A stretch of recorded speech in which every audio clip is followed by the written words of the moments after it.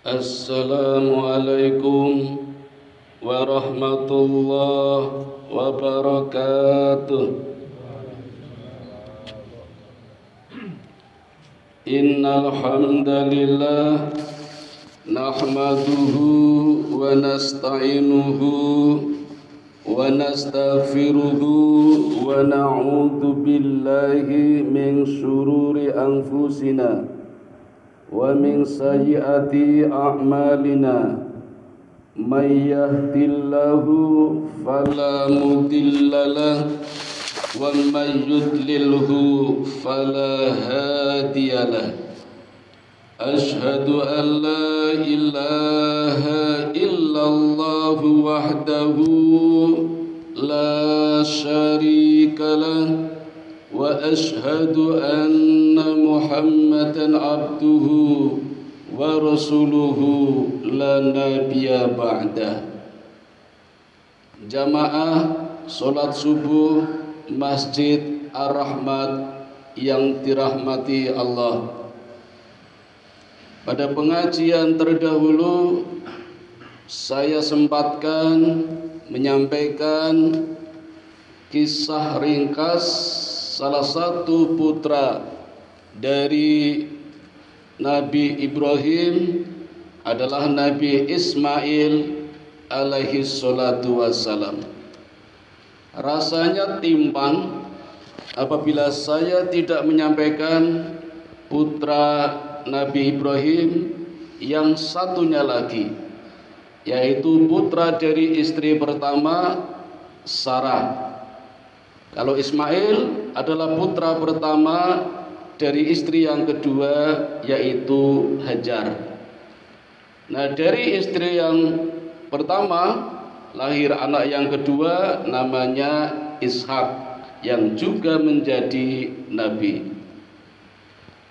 Ada sedikit perbedaan antara Nabi Ismail dan Nabi Ishak, dengan ibu yang beda, bapak yang sama. Di dalam Quran, Nabi Ismail disebutkan 12 kali, sementara Nabi Ishak hanya 8 kali. Umurnya memang panjang, lebih dari 100 tahun, tapi kisahnya tidak banyak dijelaskan. Maka tidak perlu membutuhkan banyak waktu untuk menyampaikan kisah dari Nabi Ishak alaihi salatu wassalam. Nama Ishak sendiri kalau di dalam bahasa Ibrani dari kata yik. Yik itu artinya tersenyum atau tertawa kecil, tersenyum lebar atau tertawa kecil. Kenapa bisa demikian? Kisahnya begini Bapak Ibu. Jadi sepulangnya Nabi Ibrahim mengantarkan Ismail yang waktu itu masih berusia 1 tahun, dan istrinya Hajar di Bakah, calon Mekah. Di rumahnya tiba-tiba kedatangan tamu 3 orang, tinggi, besar, ganteng, gagah, datangnya tengah malam.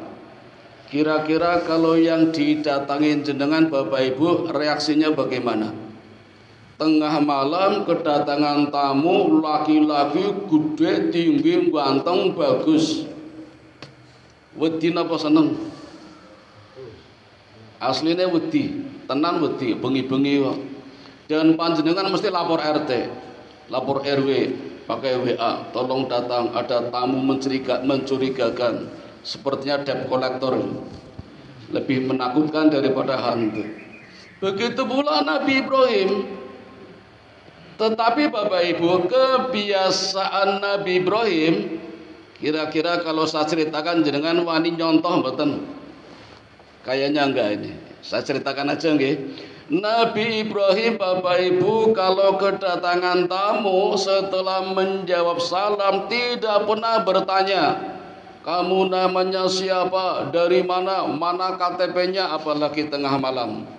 Nabi Ibrahim kalau kedatangan tamu begitu menjawab salam, yang pertama dia lakukan adalah menyuguhkan makanan. Enggak nanya apa-apa. Wani mboten Bu, sudah coba morong jenengan, kula ditakoni mboten. Apa langsung digaweke panganan. Tidak tanggung-tanggung Nabi Ibrahim membuatkan makanan yang terbaik. Daging onta. Ya, keren itu.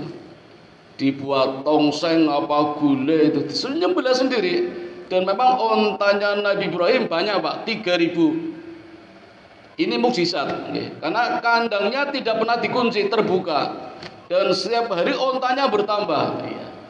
Kalau mau dicoba silakan Pak. Saya dulu pernah mencoba tapi jangkrik. Saya punya jangkrik 4, tidak saya kandang, tak masukkan di laci. Lacinya mesin jahit Singer, kalian kan woten lacinya tadi kan buka itu. Pagi-pagi tak buka jadi banyak. Wah ini ilmunya ternyata. Jadi ngundang koncone. Ontanya Nabi Ibrahim juga gitu Pak, tidak dikunci pintunya, dibuka, tiap hari bertambah, tambah banyak jadi 3000 itu. Jadi tiap hari kalau nyugui tamu belakang ontak gampang itu. Kemudian buatkan minuman, baru disuruh duduk, terus disuruh makan. Itu yang dilakukan oleh Nabi Ibrahim. Maka Nabi Ibrahim bergelar Abu Rahim, orang yang pandai melayani tamu. Nyugui dulu, rasa ditakuni wong ndi apa arep nagih mboten. Disugui dulu. Wani mboten, tak coba. Itu yang dilakukan oleh Nabi Ibrahim. Tapi ketika tamunya Pak, 3 orang tidak menyentuh makanannya, Ibrahim sudah mulai curiga. Bahkan takut, ndredeg, ada apa ini kok tidak menyentuh, tidak ngempeng, apalagi memakannya cuma saling memandang. Maka 3 orang ini mengatakan, ya Ibrahim, kami sesungguhnya adalah malaikat. Coba Bapak Ibu, ono tamu telu malaikat. Malaikat Jibril, malaikat Mikail, dan malaikat Israfil. Sama dengan kita Bapak Ibu, besok ketika kita hendak meninggal juga akan didatangi 3 malaikat. Malaikat Jibril, malaikat Israel, dan satu lagi malaikat, kalau tidak Ridwan ya Malik, tergantung amalan kita. Cuma bedanya yang datang ke Nabi Ibrahim datangnya bareng-bareng, besok yang datang kepada kita Bu, kalau kita mau meninggal dunia Pak, itu datangnya beruntun. Yang pertama Jibril dulu dengan membawa kain kafan. Nah, mari Bapak Ibu, kalau ada tetangga kita mau meninggal kita boleh menyaksikan sambil nebak-nebak, ning dibatin mawon ora usah diomongke. Kalau malaikat Jibril berada di posisi kanan, maka pertanda baik dia. Ini harus diceritake ya. Karena nanti calon jenazahnya agak condong ke kanan melihat ya. Nah, berarti calon jenazahnya punya amalan baik ya. Yang jelas cerita enggak apa-apa. Tapi kalau bisa jangan ndak ora penak karo sing ndek omah ngono lho. Yang punya ahli waris. Apalagi kalau malaikat Jibril berada di sebelah kiri, itu nanti calon jenazahnya condong ke kiri, seolah-olah lihat ke kiri. Wah ini berarti amalannya kurang baik. Pun menang-menang orang rasa cerita, udah tak cerita. Iki berarti amalan orang apik, orang penak karo tanggane mangke. Tidak lama kemudian datang malaikat yang kedua. Nah ini, kalau yang datang Ridwan, maka nanti akan memaparkan tayangan amalan-amalan kebaikannya selama di dunia. Sehingga calon jenazahnya senang, senyum, bahkan ingin cepat meninggal. Saya pernah menjumpai calon jenazah sampai mau dipompa jantungnya nggak mau Pak, sudah pengen cepat meninggal karena di depannya seolah-olah sudah ada gambaran surga. Buat apa di dunia? Surga, pengen cepat meninggal, nggak mau diapa-apain. Dan posisi malaikat Jibril pindah memangku kepalanya calon jenazah. Maka kadang kalau kita menyaksikan orang mau meninggal, itu agak terangkat kepalanya karena dipangku malaikat Jibril sambil menyaksikan tayangan amalan baiknya.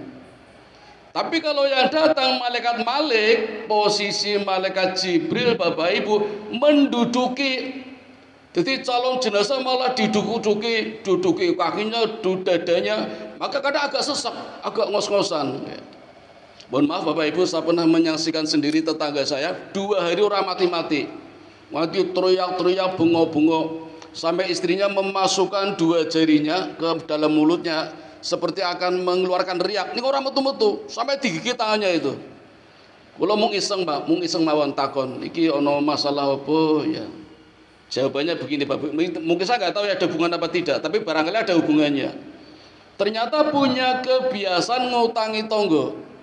Nin balekannya lebih, ngutangi 500, balekannya 600, ngutangi 1 juta, balekannya 1.200.000. Bahkan sama adik kandungnya sendiri Bapak Ibu, ngutangi 2 juta, balekannya 5 juta.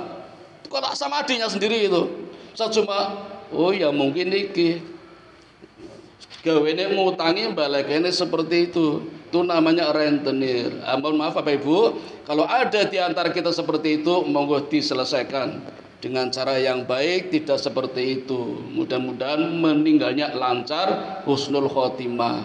Saya cuma menghubungkan saja. Karena posisi malaikat Jibril menduduki, jadi sesek dadane orang mati-mati angel. Nah nanti datang malaikat yang ketiga, Israil, pencabut nyawa. Kalau ada malaikat Jibril memangku kepala calon jenazah, ada malaikat Ridwan, maka malaikat Israil sopan Pak. Bahkan mempersilahkan kepada arwah, suruh keluar sendiri, monggo silakan keluar sendiri, husnul khotimah. Tapi kalau sudah ada malaikat Jibril yang sedang menduduki dadanya, ada malaikat Malik, Israil Pak memaksa ruh supaya segera keluar. Ayo keluar, ayo keluar. Itu pemandangan yang mengerikan sekali, apalagi tayangan televisinya adalah neraka. Naudzubillah min dzalik. Mudah-mudahan Bapak Ibu besok yang mendatangi kita 3 malaikat, yaitu Jibril, Israil dan Ridwan. Amin ya robbal alamin. Saniki wonten mani mboten? Mumpung Ramadan lho niki. Sesurung karuan. Nah, kembali ke Nabi Ibrahim, kedatangan tamu bersamaan 3 malaikat, Jibril, Mikail, Israfil. Maka ketika Nabi Ibrahim merasa ketakutan, 3 malaikat mengatakan, ya Ibrahim, sesungguhnya aku malaikat. Aku akan menyampaikan 2 kabar, berita gembira dan berita buruk. Mau yang mana dulu? Di Quran dijelaskan di dalam surat Hud, surat yang ke-11 mulai ayat 69. Saya bacakan ayatnya Bapak Ibu. A'udzu billahi minasyaitonir rajim. Wa laqad ja'at rusuluna Ibrahim bil busra qalu salama qala salamun fama labitha an ja'a bi'ijlin hanid. Dan para utusan kami, yaitu para malaikat, telah datang kepada Ibrahim dengan membawa kabar berita gembira. Mereka mengucapkan, selamat Ibrahim. Ibrahim menjawab, selamat atas kamu. Jadi malaikatnya salam, Nabi Ibrahim juga menjawab salam. Maka tidak lama kemudian Ibrahim menyuguhkan daging anak sapi yang dipanggang. Dalam riwayat lain, anak onta. Ayat 70, maka ketika dilihatnya tangan mereka tidak menjamahnya, Ibrahim mencurigai mereka dan merasa takut kepada mereka. Malaikat berkata, jangan takut, sesungguhnya kami diutus kepada kaum Lut. Ning mampir nggone Ibrahim. 3 malaikat diutus Allah untuk ke negeri kaumnya Lut, mampir ke tempatnya Ibrahim. Dan istrinya berdiri, lalu dia tersenyum, maka kami sampaikan kepadanya kabar gembira. Apa kabar gembiranya? Tentang kelahiran Ishak. Bahkan lebih gembira lagi Bapak Ibu, dan setelah Ishak akan lahir Nabi lagi, namanya Yakub. Coba Bapak Ibu, 2 nabi namanya sudah disebutkan di Quran, padahal lahir saja belum. Hamil saja belum, malaikat memberikan kabar, ya Ibrahim akan lahir seorang anak menjadi nabi, namanya Ishak, dan nanti lahir lagi namanya Yakub. Nah, ini kan mukjizat Bapak Ibu. Maka Sarah, istrinya Ibrahim, tersenyum lebar sambil tertawa sedikit. Kalau bahasa kita, bercanda kamu. Nah, tertawa seperti ini Bapak Ibu di dalam bahasa Ibrani namanya yik. Maka Ibrahim terinspirasi lalu diberi nama Ishak, artinya orang yang tertawa, orang yang senyum. Dan memang Bapak Ibu ketika Ishak lahir itu bayinya tertawa. Coba Bapak Ibu, biasanya bayi nangis toh? Itu tertawa, kita nggak punya iman wedi toh, bayi kok nguyu nih. Ini memang keistimewaannya ya. Maka bersyukur Bapak Ibu kalau punya putra saudara yang namanya Ishak, orangnya ramah, murah senyum. Kalingan boten dulu pelawak bagio Ishak nih. Nah, wonge gampang guyon to niku, itulah namanya Ishak. Nah, ini mukjizat, bahkan lahir lagi namanya Yakub. Dan nanti lahir lagi Bapak Ibu namanya Yusuf, semuanya jadi nabi.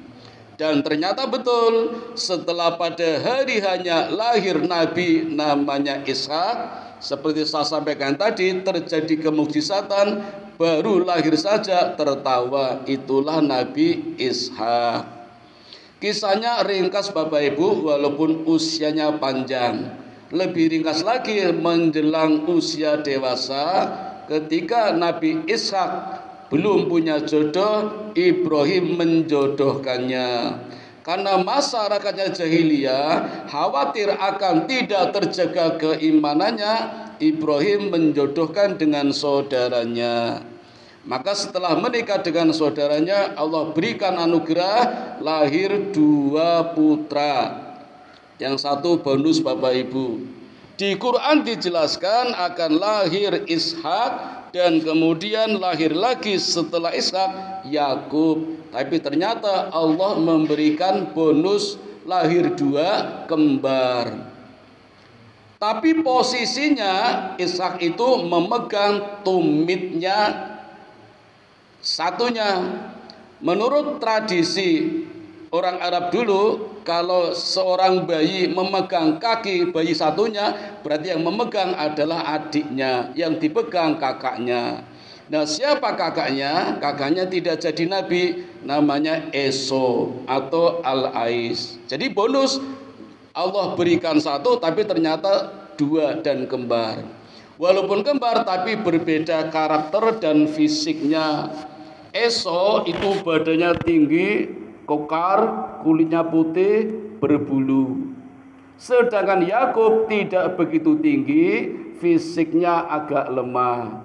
Itu yang jadi adiknya. Nanti Bapak Ibu, karakternya juga beda, hobinya pun beda. Esau hobinya berburu, langlang buana, dan berburunya di padang pasir. Yang diburu binatang-binatang buas, singa, harimau, ya, serigala. Yakub itu sering di rumah, kalau bahasa kita anak mamah itu loh. Suka nemeni ibunya, hobinya masak. Kemah juga, tapi kemahnya tidak di padang pasir, di rumah. Jadi kayak anak kita kalau kemah di halaman pakai jari ibunya nih loh kemah. Dan juga berburu, tapi binatang-binatang kecil, unggas. Kalau tempat kita ayam, mentok, kelinci, itu bedanya Yakub dengan Ais. Sebenarnya 2 orang ini punya masalah Bapak Ibu. Tapi kalau saya ceritakan nanti sudah berada lagi ceritanya menjadi cerita Nabi Yakub dan cerita Nabi Esau. Esau tidak jadi nabi, tapi nanti banyak menurunkan nabi. Nabi daerah Timur Tengah sama Eropa. Jadi Swedia itu juga ada nabi-nabinya dan jumlahnya tidak begitu banyak. Justru yang banyak nanti keturunan dari Ishak, dari Yakub itu menurunkan nabi-nabi Bani Israel, jumlahnya ribuan Bapak Ibu. Nah, perbedaan yang prinsip Bapak Ibu, 2 anak Ibrahim, Ismail dan Ishak, ini bedanya Bapak Ibu. Ismail adalah orang yang sabar, Ishak orang yang cerdas. Ismail juga cerdas tapi lebih dominan sabarnya. Ishak juga sabar tapi lebih dominan cerdasnya. Maka orang-orang Israel itu cerdas-cerdas Bapak Ibu, ning ora sabaran. Beda dengan Ismail, orangnya sabar banget. Maka kalau kita jadi orang sabar Bapak Ibu, berarti kita keturunan Nabi Ismail. Kan adanya sabar, puasa juga sabar, pokoknya sabar, kena musibah sabar. Itu nenek moyang kita, simbah kita jalurnya dari Nabi Ismail. Tapi kalau cerdas-cerdas itu dari Nabi Ishak. Itu perbedaan yang menyolok dua anak Nabi Ibrahim, yaitu Ismail dan Ishak. Demikian Bapak Ibu kisah ringkas putra Nabi Ibrahim, khususnya Nabi Ishak. Insya Allah nabi-nabi yang lain yang saya sebutkan tadi akan kami sampaikan di bulan Ramadan tahun depan. Mudah-mudahan Allah mempertemukan kita lagi. Amin ya rabbal alamin. Mari kita tutup dengan doa kifaratul majlis. Subhanakallahumma wa bihamdika asyhadu an la ilaha illa anta